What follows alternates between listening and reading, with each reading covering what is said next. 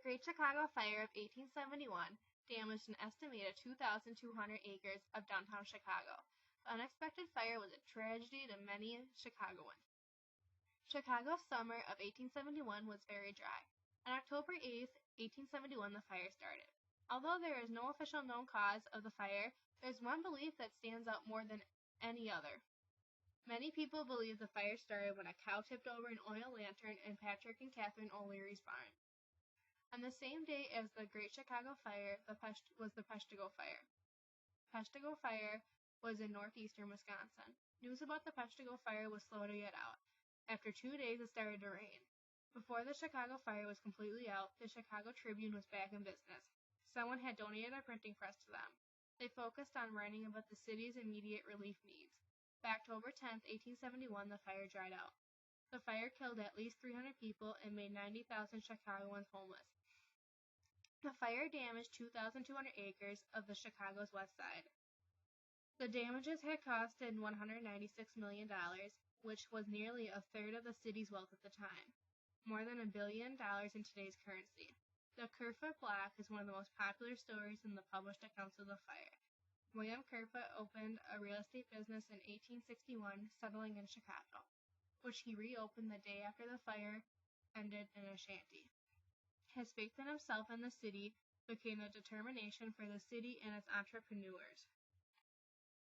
After being in complete shock, Chicagoans on the west side of the city started to rebuild immediately.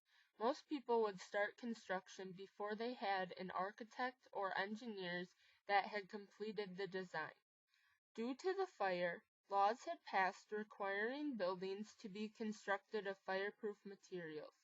These materials consisted of stone, brick, marble, and limestone.